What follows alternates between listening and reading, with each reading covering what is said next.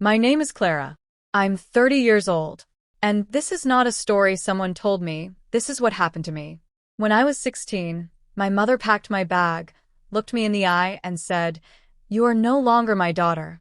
She held a Bible in one hand, and in the other, the suitcase she wanted me to carry out the door. 15 years later, that same woman was lying in a hospital bed, dying. Her kidneys were failing, and I was the only match. I went to the hospital.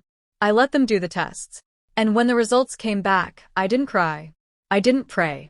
I looked my father in the eye and slid a piece of paper across the table. On it, I had written my price. One condition. My father's face went white. My mother whispered the words that ended everything. If you have ever been told you are not enough simply because of who you are, or if you have ever dreamed of a moment when the people who broke you had to come crawling back, hit that like button right now. Subscribe to Midnight Drama Stories so you never miss a story that proves karma is very, very real. Because this one still gives me chills. I grew up in a house where love was conditional. I learned that early. My father was a deacon. My mother led the women's prayer group. On the surface, we were perfect. Sunday meals, matching outfits, Bible verses on the walls. But underneath, nothing was ever enough. When I was 14, I began to realize I was attracted to girls.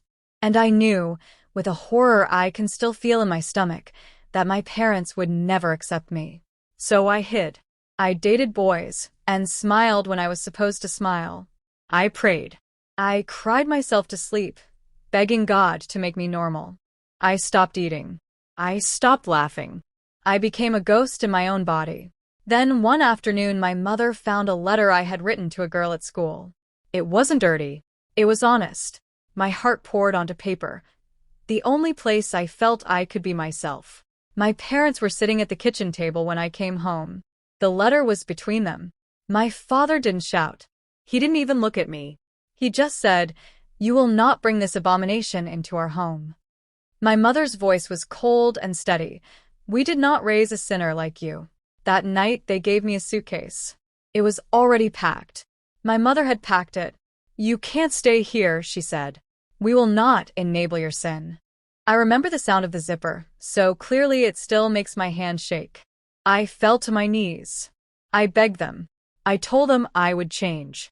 I promised I would try harder. And my father, the man who taught me to ride a bike, looked down at me and said, "You are dead to us. Now leave." I was 16. No car. No money. No plan. I spent that first night on a park bench, shivering under the stars. And right there, I made a promise to myself. I whispered it into the dark. I will survive. And one day, you will ask me for something. And I will remember tonight. The first year nearly destroyed me. I slept in shelters, on friends' floors, once in a public library bathroom when I had nowhere else to go. I finished high school almost invisible, working a job at a fried chicken place until my hands were raw. But I found a community. A youth program downtown ran a peer support group for queer teens. That place saved me. It was the first time I heard someone say, "There's nothing wrong with you." I met a social worker who helped me apply for a small scholarship. I got into community college. I cleaned houses, waited tables, and slowly, painfully, built a life from scratch. And then I met Lena. Lena didn't try to fix me. She just held my hand when I couldn't breathe. She kissed my forehead on the nights I woke up shaking, and she whispered that I was safe. We moved in together. I earned a degree in accounting. Lena started her own small business. By the time I turned 30, I had a cozy apartment, a rescue dog named Max, a career, and a family of friends who knew every scar I carried. I had legally changed my last name. I had blocked every number from my old life. I hadn't spoken to my biological parents in 14 years. I was happy. I was whole. And I thought I would never, ever hear from them again. It was a Tuesday morning. I was pouring coffee when my phone lit up with a number I didn't recognize. A woman's voice, my aunt, my mother's sister, came through, crying. She called me by my old name.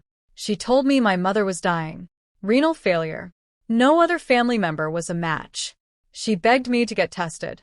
She said, "I know she hurt you, but she's your mom. Please. I told her I needed time and hung up. Lena came over and wrapped her arms around me. She didn't say a word. She knew. That night, a text came from my father's phone. 3 words. We need you. And in that moment something inside me clicked. Not anger, something quieter. I remembered that park bench. I remembered my promise. I decided to get tested. Not because I wanted to save her. Because I wanted them to sit in front of me and understand exactly what they had thrown away.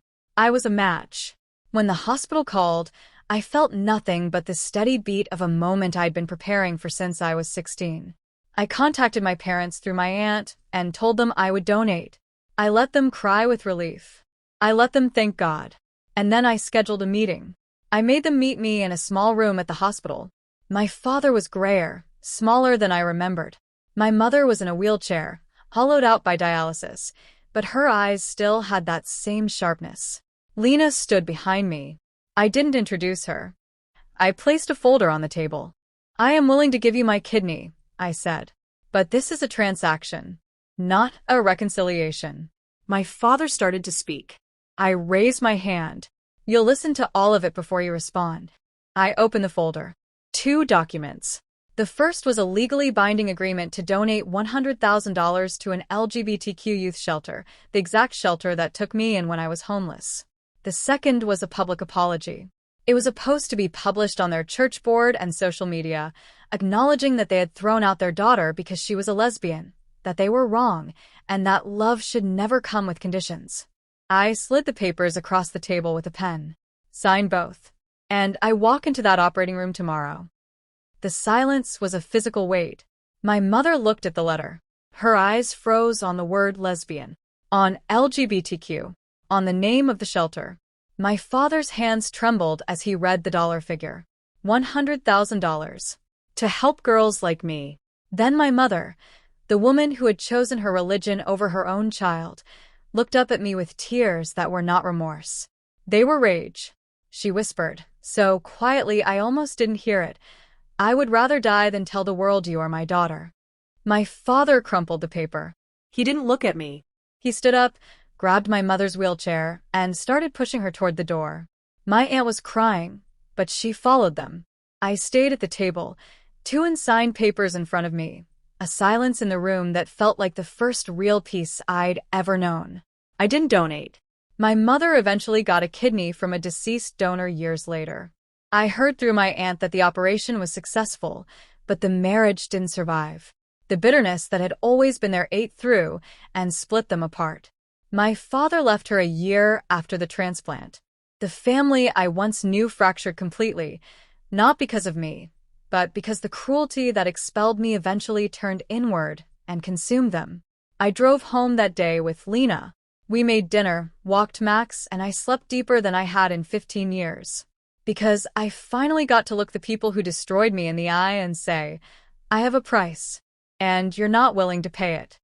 Their bigotry was more valuable to them than their own life. And that truth, that final, brutal truth, was no longer something I carried as shame. It was theirs entirely. Sometimes the most powerful revenge isn't taking something away.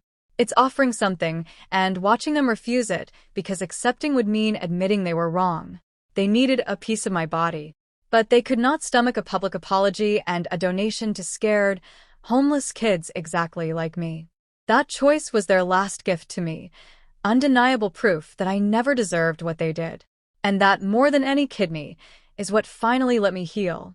If this story gave you goosebumps, please smash that like button and subscribe to Midnight Drama Stories. We bring you real, soul-shaking stories just like this one. Turn on notifications so you don't miss what's next. And comment below, what would you have done in my position? Have you ever had to choose between forgiveness and justice? I read the comments, and your stories matter. I'm Clara, and this was Midnight Drama Stories. Until next time, remember, your worth is not up for negotiation.